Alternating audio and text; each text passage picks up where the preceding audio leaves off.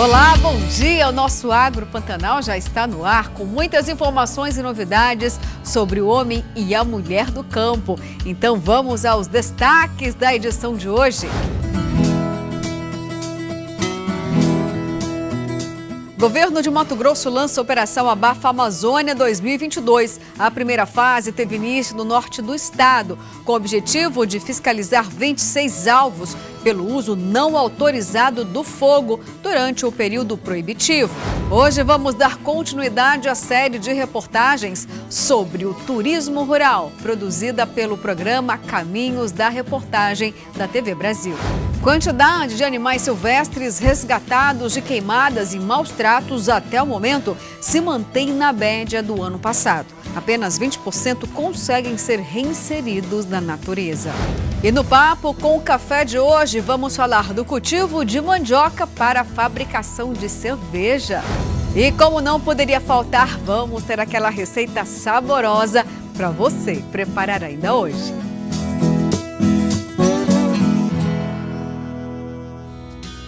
E vamos à nossa primeira reportagem. O plantio de soja já teve início no estado de Mato Grosso. De acordo com o Instituto Mato Grossense de Economia Agrícola, até a semana passada, 6% da área destinada à semeadura da oleaginosa havia sido plantada. Vamos conferir então todos os detalhes na reportagem de Daiane Stella, da TV Record de Sinop. No estado de Mato Grosso, o plantio de soja já teve início. De acordo com o IMEA, cerca de 6,29% da área destinada para o grão já foi plantada. E os produtores precisam ficar atentos para identificar a melhor época para iniciar os trabalhos. O zoneamento agrícola de risco climático, que nós chamamos de ZARC, ele é uma política de gestão agrícola, de risco na agricultura, e ele orienta o produtor nas diferentes regiões, municípios do Brasil, considerando diferentes tipos de solo e também o ciclo da cultura, qual que é a janela ideal de plantio para ele maximizar, aumentar a chance dele de sucesso, para produzir bem e reduzir a chance de ele ter uma frustração de safra, ter perdas e prejuízos. Aqui na região norte, a maioria dos produtores estão aguardando a quantidade ideal de chuva para ter umidade suficiente no solo e garantir uma boa safra. A gente tem que olhar a questão da disponibilidade de água no solo, por meio da chuva, né, na agricultura de sequeiro, ao longo do ciclo. Porque às vezes chove um pouco no início, a planta germina, muito bem, ótimo, mas se faltar água em estágios determinantes que nós chamamos, por exemplo, enchimento de grãos ou na floração, isso vai ter um impacto muito importante. Eu preciso, e é isso que o zoneamento agrícola de risco climático faz, todo um estudo para garantir que ao longo do ciclo da cultura eu vou ter água suficiente para ela produzir bem e lá ao final o produtor ter sucesso. Na propriedade de 5.500 hectares do seu Estevão Tozeto, que fica em Santa Carmen, já teve chuva e as máquinas estão a todo vapor. Estamos já com 30-40% de plantio realizado e o acumulado de água de 40-50 milímetros. E vamos continuar e rezar a Deus aí que chova mais um pouco para conseguir finalizar o plantio. A estimativa do INDEA é de que na safra 2022-2023, a área plantada de soja irá ultrapassar 11 milhões de hectares. O plantio do grão segue até o mês de dezembro, mas é preciso planejamento para evitar os riscos e plantar na janela certa. O produtor precisa estar muito atento a essas orientações, porque hoje no zoneamento agrícola de risco climático nós temos 3 níveis de risco, o de 20%, o de 30% e o de 40%. O que isso significa? Se eu tenho o menor risco, que é o de 20%, eu espero ter sucesso em 8 a cada 10 anos. E à medida que eu aumento o risco, de 30 é sucesso 7 em cada 10 e o de 40 sucesso em 6 a cada 10. Observe que à medida que eu aumento o risco, o produtor tem que estar muito atento, precisa estar capitalizado, estar muito consciente de que esse risco é relativamente elevado para ele correr. Mas ele pode plantar se assim desejar. E o produtor que é um pouco mais cauteloso, ele deve esperar essa janela ideal do menor risco, que é o de 20%, para maximizar a chance de sucesso. O Ministério do Meio Ambiente publicou a Portaria 229, que adia a proibição da pesca de pintado no Brasil. Em Mato Grosso, a Secretaria de Meio Ambiente, a SEMA, tem trabalhado para acompanhar as discussões técnicas sobre o assunto e assim estabelecer uma forma correta de manejo do pintado no estado. Seu Silvio passa mais tempo às margens do rio Cuiabá do que na própria casa. Ele é pescador há 40 anos e a profissão já passa por gerações na família dele. Vivo, nasci e criei na beira do rio e agora está difícil para a gente viver. Ele conta que o pintado é um dos peixes mais vendidos. Ele chega a vender por R$30 o quilo. E com a possibilidade de proibição da pesca dessa espécie, ele se preocupa. Porque a gente vende por banda, por quilo, né? Não vende por peça, pega 2 peças, já vende, aí para não morrer, então já pega, vende rápido.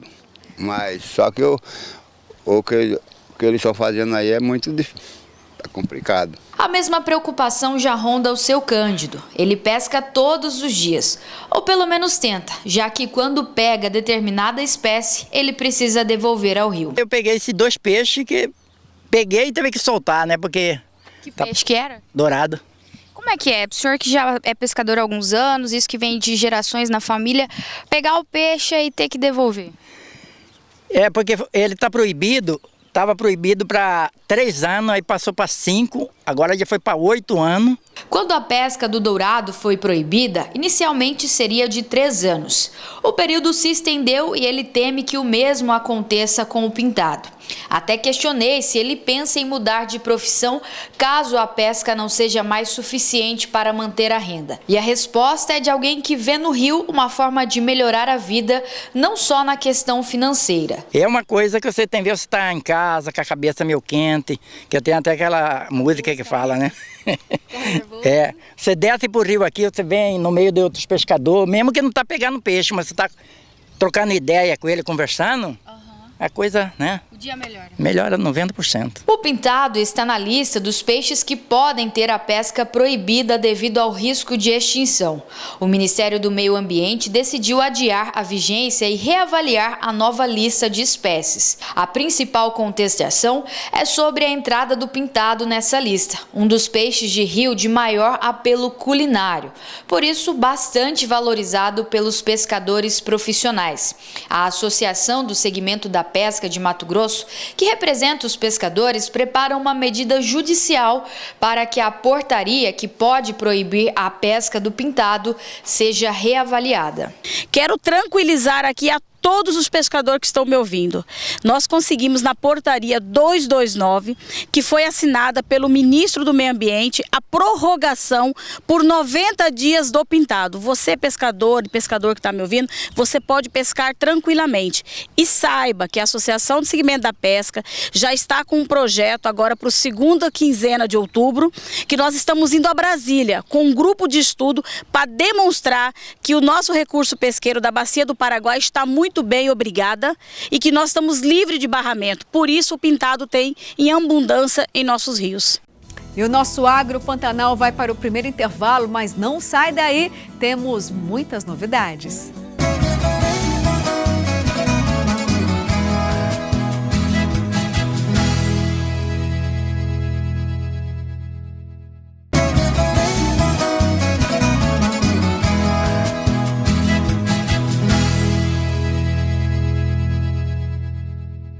O governo de Mato Grosso lançou a Operação Abafa Amazônia 2022. A operação é coordenada pelo Corpo de Bombeiros Militar de Mato Grosso e conta com a força integrada da Secretaria de Estado de Meio Ambiente, Segurança Pública e também por meio da Defesa Civil, Polícia Militar e também a Polícia Judiciária Civil. Vamos então entender todos os detalhes dessa força-tarefa agora.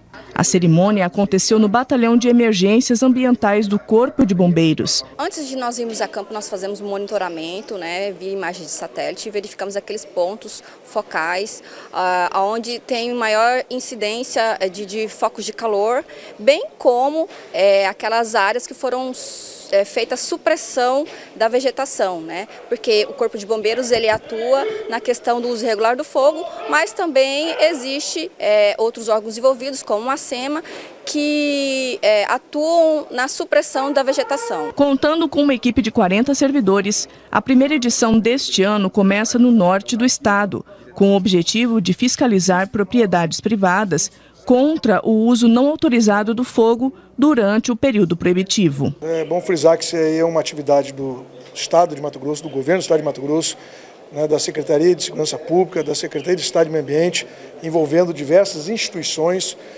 nesse momento para fases de responsabilização. O Estado fez um trabalho muito forte durante esse ano, mobilizou todo esse efetivo, investiu muito alto para que pudéssemos ter um trabalho preventivo, de educação ambiental, de orientação, de uma fiscalização preventiva, depois um trabalho de atuação realmente na resposta, combatendo o desmatamento, os incêndios florestais, e agora chegou o momento da responsabilização, aqueles que ainda teimam em não cumprir as normas, as leis ambientais. O Corpo de Bombeiros de Mato Grosso, com o apoio da Polícia Militar, fiscaliza durante todo o ano propriedades privadas.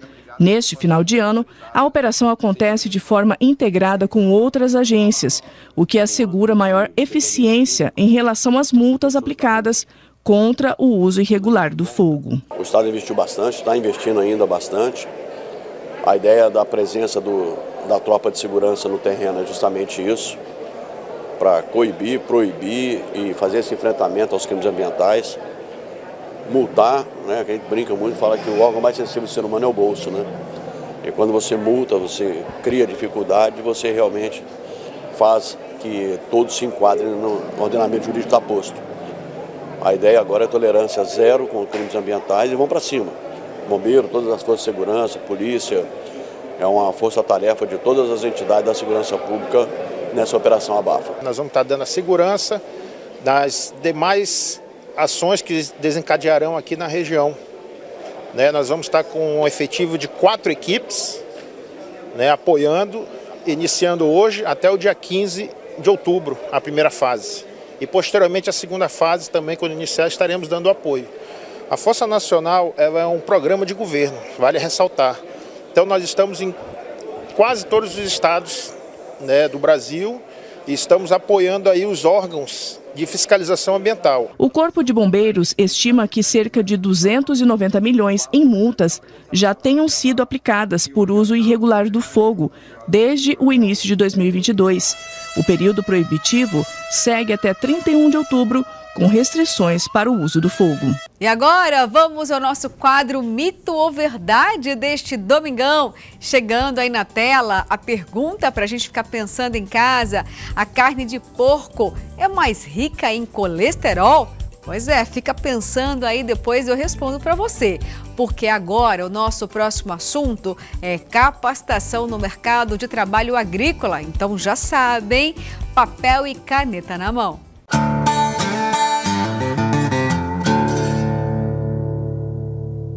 O Sistema FAMAT e os sindicatos rurais oferecem os seguintes cursos.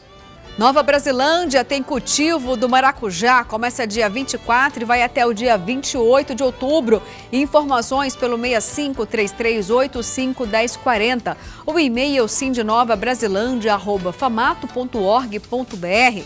Em Nossa Senhora do Livramento tem avicultura básica tipo caipira. Começa dia 24 e vai até o dia 28. Informações pelo 6530417169. O e-mail é o sindnslivramento@famato.org.br. Em Vila Rica tem doma e preparação de bovinos para exposições. Começa dia 24 e vai até o dia 28. Informações pelo 66-3554-1386. O e-mail é o sindvilarica@famato.org.br. Em Mirassol do Oeste, tem produção de polpas de frutas. Começa dia 24 e vai até o dia 26 de outubro. Informações pelo 6532411879. O e-mail é o sindmirassol@sistemafamato.org.br. Em Santo Antônio do Leveger tem confinamento e semi-confinamento de bovinos. Começa dia 31 e vai até o dia 4 de novembro.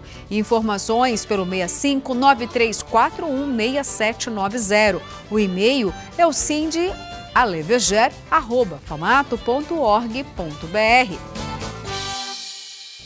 E agora vamos para mais um intervalo, mas já estou de volta. Tem muito ainda para o homem e a mulher do campo. E eu fico aqui esperando por você.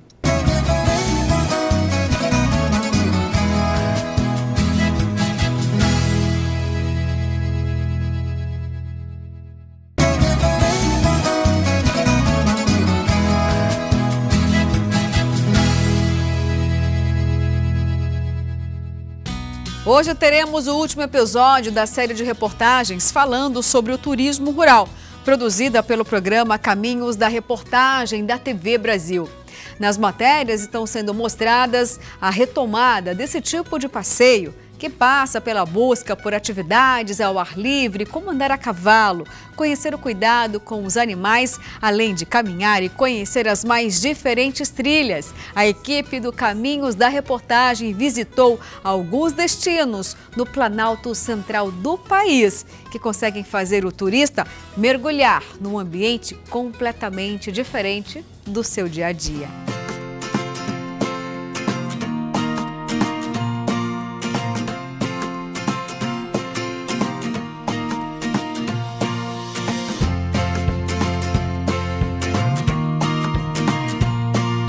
As nossas águas, elas todas são geradas de dentro dos geodos de cristais. Então, essa água, ela é uma água de cristais, ela é uma água que traz cura, ela traz tratamento. Aqui é o Mirante, é um dos pontos mais visitados do parque. A galera gosta de vir aqui para contemplar, apreciar a paisagem. Bonita, né? Uau, é muito linda a vista daqui. Muito linda. Quando eu vim a primeira vez, eu tirei umas fotos aqui. Eu tenho uma amiga que mora nos Estados Unidos, ela perguntou onde eu estava.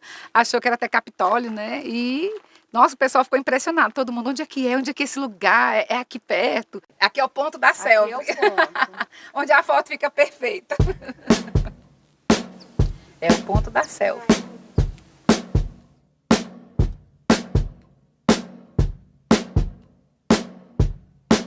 O fundo da lagoa, ele é todo cheio de cristais. Então, o efeito de refração que a luz do sol faz tocando o fundo da lagoa com aqueles cristais, ele reflete esse azul, ou às vezes, dependendo da época do ano, essas cores vão mudando de verdes, um verde com um tom mais azulado, depois um azul bem intenso e a água cada vez mais transparente na época da seca. Essa aqui é a trilha que vai levar a gente até a Pedra do Chapéu do Sol. Quem tiver medo de altura pode até ir lá por baixo, mas vai perder essa vista impressionante do cerrado.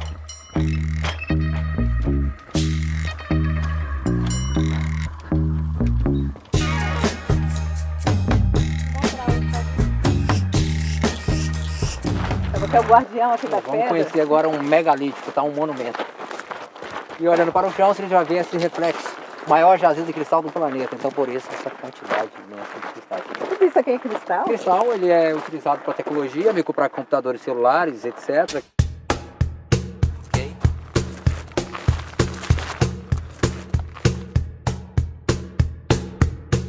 E aí vem esse nome clássico, Chapéu do Sol, pelo formato da pedra e pela proteção que ela nos mantinha ali aquele período mais quente. Aqui vamos deparar aqui fora temperatura mais quente e agora uma temperatura mais fria. Muda totalmente a equivalação de ventilação. Uau. Vamos observar aqui, ó, da nossa frente. Super fresquinho aqui embaixo. Gelado, tá? Um abrigo. Aqui nós temos sedimentos, então aqui representa um quartzito sedimentar. Sedimentos de areia depositada pelo mar. Considerado aqui um fundo aquático de milhões de anos. Quando aconteceu as aberturas das placas tectônicas, o mar esculpiu a areia da parte mais alta, o mar levou a parte mais baixa de areia que não compactou, desceu a água, virou as praias e deixou esse monumento em equilíbrio.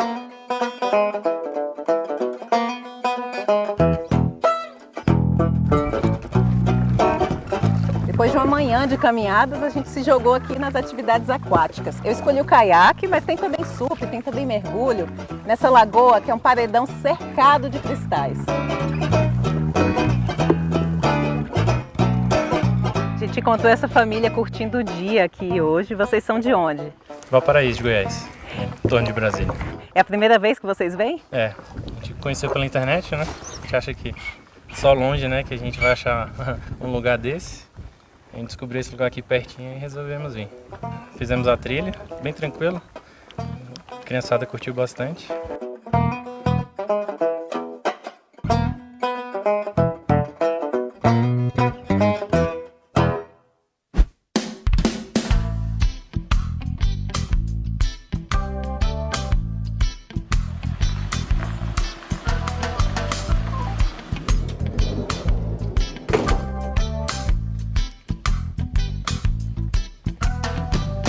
Oi, Marcos. Olá, tudo prazer, bom? bem-vinda, tudo bom? Tudo jóia, sou a Flávia. Oi, Flávia, muito bem-vinda. Que lugar lindo, hein? É, já viu aí? Chegar mais perto para ver melhor. Vamos lá. Vamos lá? Aí você vai me contando, então, da onde surgiu a ideia do balancel? Então, esse balanço surgiu, a ideia, uma postagem que uma das minhas filhas viu de uma moça no resort da República, na República Dominicana. E quando ela me mostrou isso, eu falei, nossa, eu tenho um lugar igual para fazer lá na chácara. Eu fiquei na fase de projeto, calculando as coisas certinhas, por conta da segurança, você não pode brincar com segurança num aspecto desse. E aí a gente criou isso aqui, o nosso balancel na borda da Chapada da Contagem. Nossa, que lugar, hein? Não é? E é um lugar super preservado. Então você vê que é tudo mata virgem, né? A gente preservou tudo aqui na minha chácara, eu não derrubei nada para fazer nada. Tudo foi puxando para aqui, arrumando a casa para chegar num lugar onde não precisasse derrubar nenhuma sucupira, nenhum ipê, entendeu? O desnível daqui lá para baixo são uns 290 metros, mais ou menos, né? Aqui a gente está a 1.320 metros ao nível do mar, salvo engano. Tá? E é esse cerradão de meu Deus aí que a gente fica contemplando, né? Então, é um lugar realmente que a gente em um ano, a gente já teve mais de 2.000 pessoas aqui balançando.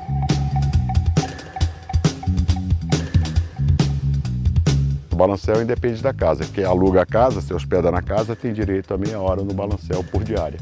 De cada 10 hóspedes que eu recebia, 9 falavam assim, gente, eu não acredito que eu estou dentro de Brasília. Você estava louca para conhecer o balancel, apesar de você ter um pouco de medo de altura, né? Um pouco não, eu tenho todo medo de altura, não é um pouco não, é total medo. Não é só a sensação do balanço em si, de toda a paisagem, eu acho que é a gente realmente enfrentar os nossos medos e ter experiências que a gente não teve. O desconhecido gera aquele desconforto e quando você se solta, você aproveita mais e isso eu acho que vale para tudo na vida também. Por que você gosta de turismo rural? Porque eu sou uma pessoa apaixonada pela natureza. Para mim, são momentos mágicos mesmo, indescritíveis. São 2 cintos, tá bom? Esse aqui que é o cinto de 3 pontas, que vai aqui com uma cadeirinha para você não cair para frente. E esse aqui é o cinto que é da sua linha de vida, que vem nesse cabo aqui, ó. Bem seguro. Você que põe o povo para se emocionar aqui, né? Vamos ver se eu ponho? Vamos.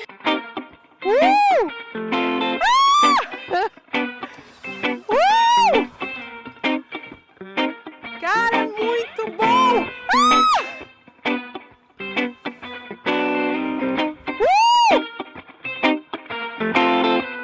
Gente, essa experiência é maravilhosa. A gente está aqui no maior balanço do Brasil, o Balancel, Chapada da Contagem, dentro do Distrito Federal. A gente demorou meia hora da região central de Brasília, onde fica o EBC, até aqui. Então olha só que maravilha de experiência. Adrenalina, paisagem, natureza, céu de Brasília, né? Conhecido no Brasil todo, quiçá no mundo todo, como um dos céus mais bonitos do mundo. E é isso, é contemplação e aventura ao mesmo tempo.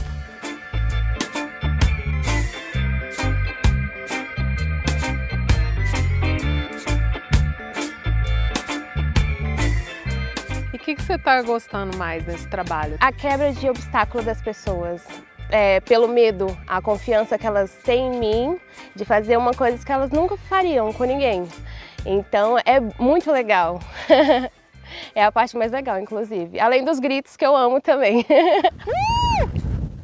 E o balancel te inspira também, né? Já até compôs uma música? Com certeza, foi uma das primeiras coisas que eu fiz, foi compor uma música pro Balancel. Balança, balancel, balança, balancel, no alto da montanha, pertinho do céu. Vista deslumbrante, Maria, flor do céu, balança, balancel. Na borda da chapada, Arthur, turu, tutu, meu corpo voa nesse lindo céu azul. Balança e se joga na dança, dança no vento, lembranças da infância. Sente a energia do Cerrado e Maria Flor, cenário encantado desenhado com amor. É tão lindo voar com os passarinhos, coloquei seu nome, Gaia Sol lindo. Balança, balancel, balança, balancel, no alto da montanha, pertinho do céu. Vista deslumbrante, Maria, flor no céu, balança, balancel.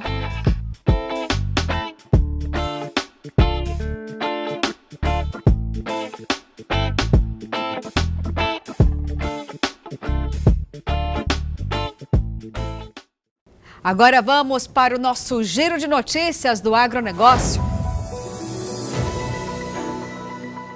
O valor bruto da produção agropecuária atingiu 1,188 bilhões neste ano, pouco abaixo do obtido em 2021, que foi de 1,196 bilhões.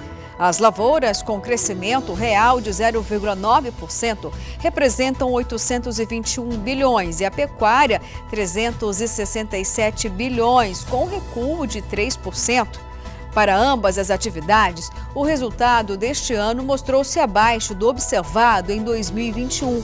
O resultado foi determinado por problemas climáticos no sul que afetaram a produção de soja e outras lavouras, além da queda do valor bruto da produção da pecuária, principalmente em carne bovina, carne suína e de frango. A retração dos preços dos principais itens da pecuária foi o principal fator que afetou esse segmento. Como exceção, o leite, que vem atingindo média de preço não obtida nos últimos 17 anos. Entre um grupo relevante de produtos com bom desempenho neste ano, destacam-se o algodão, com aumento de 26% no valor bruto da produção, o café com 31%, o feijão com 7%, o milho com quase 13% e o trigo com 37%. Estes produtos têm neste ano o maior valor de faturamento numa série histórica desde 1989. Auditores fiscais federais agropecuários da Secretaria de Defesa Agropecuária do Ministério da Agricultura, Pecuária e Abastecimento percorreram 4.400 quilômetros em operação inédita para fiscalizar fertilizantes e corretivos nos estados de Mato Grosso e Pará. Na ação foram coletadas 37 amostras de produtos para análise de conformidade nos laboratórios federais de defesa agropecuária.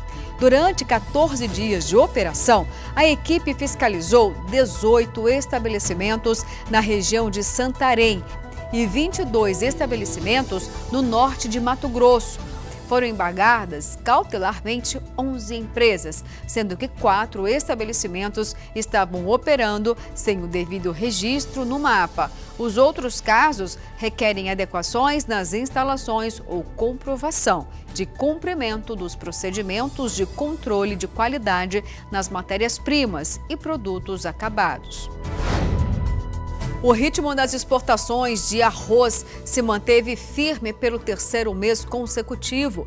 Em setembro, os embarques do cereal totalizaram 199 mil toneladas, com receita de 63 milhões de dólares. Segundo a Biarroz, a Associação Brasileira da Indústria do Arroz, os resultados representam um crescimento superior a 30% em relação ao mesmo período de 2021, quando foram exportadas 130 mil toneladas, com divisas de 41 milhões de dólares. No acumulado do ano, as vendas externas de arroz, base e casca, somaram 1.320.000 toneladas, com faturamento superior a 401 milhões em igual período de 2021.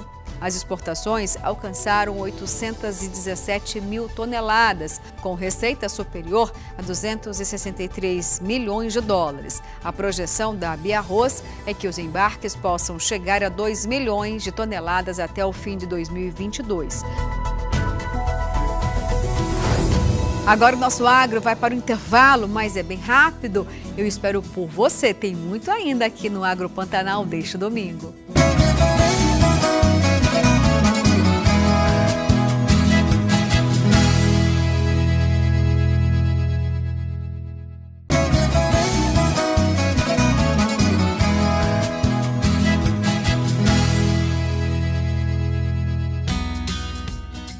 A quantidade de animais silvestres resgatados de queimadas e maus tratos até o momento se mantém na média do ano passado, mas apenas 20% conseguem ser reinseridos na natureza.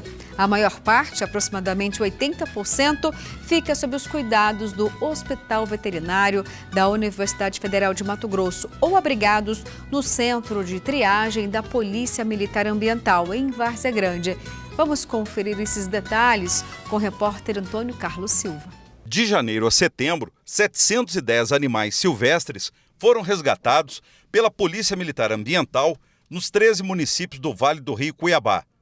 Parte deles, vítima de maus tratos. Esses animais eles são apreendidos em sua maior parte quando em conflito com áreas urbanas, né? A própria expansão territorial do ambiente urbano faz com que eles se refugiem e certa vez há esse conflito com pessoas, com residências, com empresas, escolas. E nesse sentido, a maior parte deles são répteis, mamíferos, né? E aves que compreende a maior parte desses 710 aí que já foram assistidos pela unidade ambiental. Outra parte dos animais silvestres foi resgatada pela PM Ambiental de áreas onde ocorreram queimadas e incêndios florestais. É natural, né? No período de queimadas, os animais se refugiem, né? Eles fogem dos incêndios, que por si só, ao procurar novos habitats, tem essa aparição de maior intensidade nessa época. Contudo, mantém-se a mesma média dos anos anteriores com relação a resgate de animais frutos de queimadas. Dos 710 animais silvestres resgatados pela PM Ambiental neste ano de 2022, cerca de 80% ainda estão no centro de triagem da PM na região da Cidade de Deus, em Várzea Grande, ou foram encaminhados para o Hospital Veterinário da UFMT em Cuiabá. Apenas 20% ou 159 desses animais resgatados conseguiram ser reinseridos na natureza. Se ele tiver em condição sanitária adequada, ele é feita a soltura imediata. É aquele animal que, se acabou de sair do ambiente natural, ele é redestinado imediatamente ao ambiente natural dele, no sentido de evitar qualquer tipo de contaminação e também devolvê-lo à cadeia alimentar a qual ele está inserido, né? O animal que ele é resgatado ferido, machucado, ele é encaminhado para uma clínica para seu tratamento e futura destinação definitiva. E tem um animal que é criado em cativeiro, que esse sim é fruto de uma atividade de fiscalização ambiental, onde a pessoa é autuada, e esse passa por uma triagem, onde é feito alguns exames para ver se tem ou não a possibilidade de reintrodução dele à fauna silvestre. E no Papo com Café de hoje eu vou conversar com a engenheira agrônoma e pesquisadora da Empaer, a Dolorina Moretti. Vamos falar sobre a busca de parceiros para a produção de cerveja a partir da mandioca. Tudo isso agora no nosso quadro Papo com Café.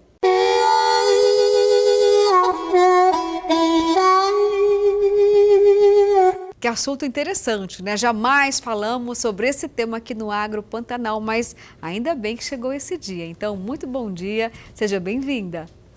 Bom dia, Luciana, bom dia a todos. É com muito prazer que estamos aqui hoje, então, para repassar algumas informações que com certeza muita gente não sabe, né, que é a produção de cerveja a partir da mandioca. Pois é, eu estou aqui surpresa e imagino que aqueles que apreciam muito essa bebida, nesse momento também estão surpreendidos. Como assim, né? Mandioca na produção de cerveja. É uma ideia inovadora ou não? Os mestres cervejeiros já têm essa relação com a mandioca para fazer a cerveja. Conta um pouquinho para a gente como começou então isso. Bom, a produção de cerveja a partir de mandioca, ela já é realizada em outros estados, como São Paulo, Ceará, Goiás, Maranhão, né, através da fécula da mandioca. E nós temos também algumas empresas que estão produzindo em escala pequena a partir da própria mandioca, como no caso aqui em Cuiabá, nós temos a cervejaria Cuiabana, que já iniciou esse processo, está mais ou menos com 1 ano, né, numa fase ainda, vamos se dizer assim... Embrionária. Embrionária, né, mas... Inclusive, na visita, a gente teve a oportunidade de experimentar o produto e realmente muito bom. Interessante. E nesses estados onde já tem, né, esses testes, essas produções, qual é a aceitação desse produto? Qual a principal alteração no sabor da cerveja mais convencional? Bom, essa produção que foi iniciada em outros estados a partir da fécula de mandioca, ela foi iniciada pela empresa Ambev, que já há alguns anos, né, já vem realizando esse trabalho. Na verdade, pelo histórico que eu li de todo esse processo, foi inclusive um trabalho em conjunto para ajudar o pequeno produtor que produz a mandioca nas regiões do Nordeste. E como nós temos já a produção em alguns estados de lá, foi por onde começou essa produção, que de uma certa forma veio para beneficiar o pequeno produtor, para auxiliar na comercialização. Agora, qual que seria essa diferença da produção da cerveja com a mandioca? Na verdade, eles substituiriam um dos produtos como os produtos que é utilizado no processo de fermentação, o arroz, o milho, o trigo, aí seria usado então em substituição a fécula da mandioca. Agora, então, é somente uma alternativa para poder implementar a agricultura familiar, porque a mandioca, né, ela pertence mais à agricultura familiar. Seria a principal razão de estar acrescentando, então, a mandioca ou não? Quais são todas as razões para que se mude também, né, ou traga mais essa alternativa para a fabricação de cerveja? Na verdade, como se diz, seriam as duas coisas, né? Mas o que eu li do histórico inicial disso foi uma busca de alternativa também para o pequeno produtor, principalmente na região Nordeste, onde eles plantam muita mandioca, e isso ajudaria no processo de comercialização, onde lá eles fazem tanto a farinha quanto o polvilho, né? Que na verdade é a fécula. Bom, então se a indústria, né, aceitar isso aqui mesmo, como a senhora disse, né, cervejarias estão sendo visitadas, qual seria o volume ideal para ter aqui de plantio de mandioca? Já existe a contrapartida de que é possível aumentar essa produção da agricultura familiar? Então, o aumento da produção é possível. Agora, um dos fatores que a gente às vezes tem dificuldade no aumento da produção é exatamente a comercialização da produção, que infelizmente ainda no estado de Mato Grosso, eu considero que a cadeia ainda está um pouco desorganizada e falta muito apoio, não só no sentido desde o início do plantio, quanto também a comercialização, envolvendo aí a comercialização in natura e também ela processada. Ou seja, então, pelo que a senhora está dizendo, era importante que os prefeitos desses municípios aqui, vamos falar pelo menos da região metropolitana, que tem uma cultura maior, uma vocação, digamos assim, maior para o plantio de mandioca. Então, teria que resolver esse problema. E houve aproximação, então, com essas prefeituras, com as secretarias de agricultura, para poder, de fato, levar esse fomento dessa produção?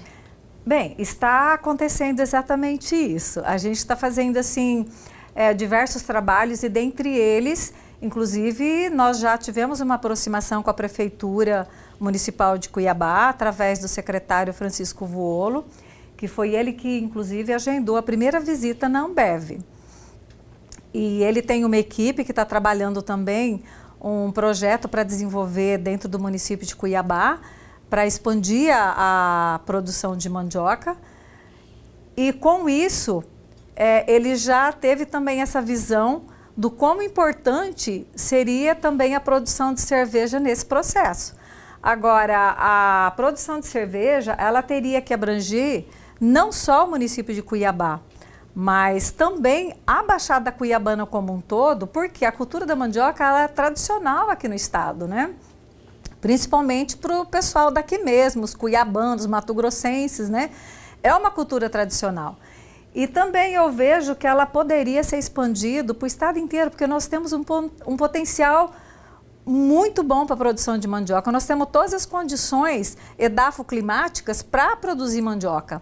O que falta, na verdade, seria mais a questão do apoio político, de políticas públicas para esse apoio da produção e também para a comercialização. Ou seja, quando a senhora está falando aí desse problema da agricultura, geralmente essa região que cultiva mandioca tem um problema que é básico, a irrigação. Está faltando água, é isso? Porque eles deixam de ter um comércio mais efetivo porque não conseguem alavancar a produção. E a senhora acredita que com essa possibilidade agora, né, de agregar a cerveja, a mandioca, pelo que a senhora está sentindo desse trabalho, é possível mudar a realidade, então, agora, em relação ao cultivo da mandioca? Olha, eu acredito que é possível haver essa mudança sim, só que é uma coisa de cada vez, né? Que nem eu vejo a cultura da mandioca, que ela deveria ser trabalhada, igual já foi alguns anos atrás, com as grandes culturas nossas, como os grãos, onde teve um grande apoio a nível nacional com relação a pesquisas de melhores variedades, de manejo de solo, de práticas conservacionistas, a parte de irrigação, adubação, recursos para tanto investimento quanto para custeio, né, de uma forma assim mais específica, como teve para essas grandes culturas. Então ela poderia ser alavancada também dessa forma. E também, não só na questão da produção, mas também para as agroindústrias trabalharem o processamento. Agora, quando a gente fala de mandioca para a fabricação de cerveja, qualquer tipo de mandioca ou não? Ou vocês fizeram um estudo de acordo com que os outros estados iniciaram? Existe alguns tipos apenas de mandioca ideal para a fabricação de cerveja? Bom, no caso, que nem a Ambev, né, que ela já vem produzindo, ela utiliza a fécula da mandioca, então seria mais os materiais destinados para a produção de farinha, que seria, né? Onde você retira a fécula da mandioca, né? Porque tem dois processos no caso. Para fazer a farinha de mandioca em si, você não elimina a fécula, sempre fica a fécula associada à farinha.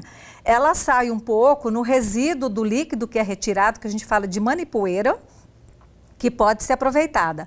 Mas quando você fala de fecularia, uma empresa exclusiva só para a produção de fécula, então já existe uma retirada maior dessa farinha para a produção do amido propriamente dito, né? Então seria mais as variedades destinadas para a produção de farinha. Agora, no caso da cervejaria cuiabana, que vem também, né, desenvolvendo esse trabalho da produção de cerveja, eles estão utilizando a mandioca in natura, mas onde também está relacionado com o amido. Mas aí poderia estar usando tanto a mandioca de mesa quanto para a indústria. Inclusive, nessa conversa que nós tivemos aí na última visita, eu sugeri da gente fazer um trabalho avaliando outros materiais além do que eles estão usando. Porque, veja bem, nós temos mandioca de todo tipo que você pode imaginar. Nós temos mandioca, como se diz, de mesa e para farinha. Mandioca de polpa branca, mandioca de polpa amarela, mandioca de polpa rosada ou vermelha, né? Temos, assim, vários tipos de mandioca, de vários ciclos. Aí eu sugeri que a gente tentasse também fazer a cerveja de mandioca de polpa amarela e polpa vermelha. Por quê? O teor de carboidrato, ela varia de cada material. Eles estão usando só de polpa branca. E as mandiocas amarelas e vermelhas, elas têm um sabor mais adocicado. Então, essa sugestão veio em função disso e poderia, talvez, até melhorar o paladar da cerveja ou o rendimento da cerveja. E eles acataram a ideia e nós nos propusemos de ceder o material para eles fazerem esse teste. E quando será que a gente vai ter aí no mercado consumidor a cerveja com fécula de mandioca? Olha, com a fécula, aí eu não saberia te dizer pelo seguinte, nessa visita que nós tivemos na Ambev, para a definição da produção aqui dentro de Cuiabá, eles dependem de um parecer da direção da empresa, né?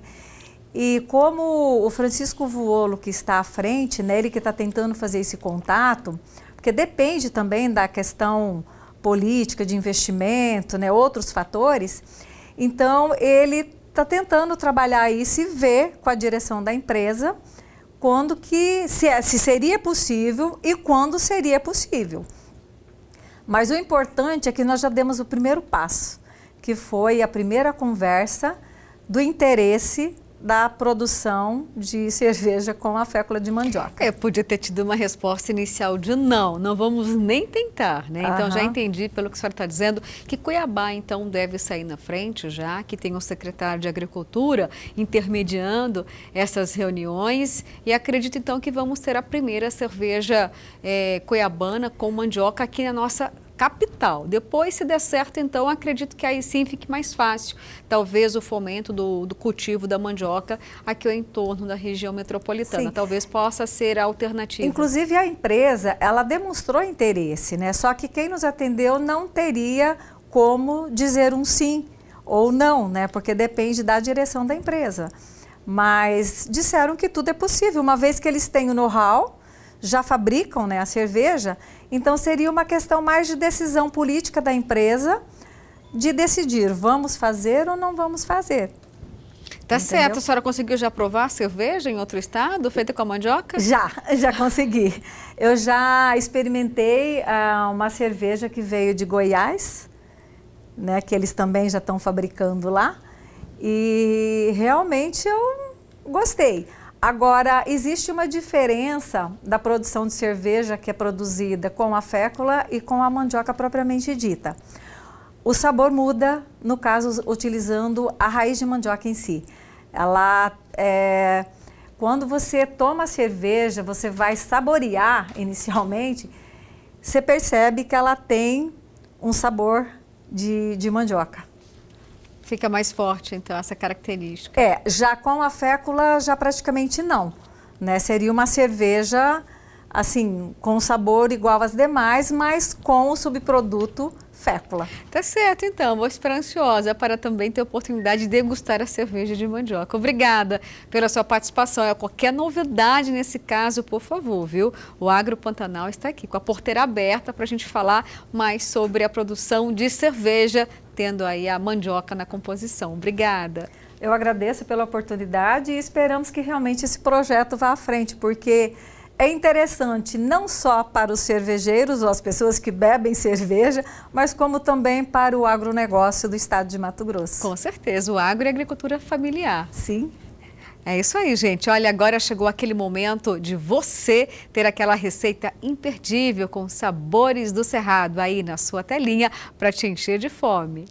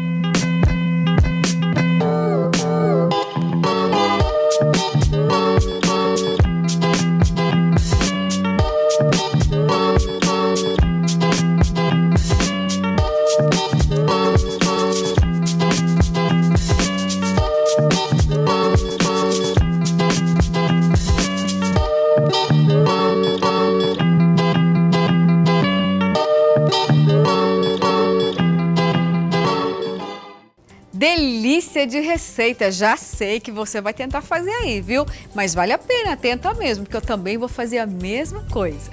Bom, vamos ver então a resposta do nosso quadro Mito ou Verdade deste domingo, já que falava também de comida. Claro, a carne de porco é a mais rica em colesterol.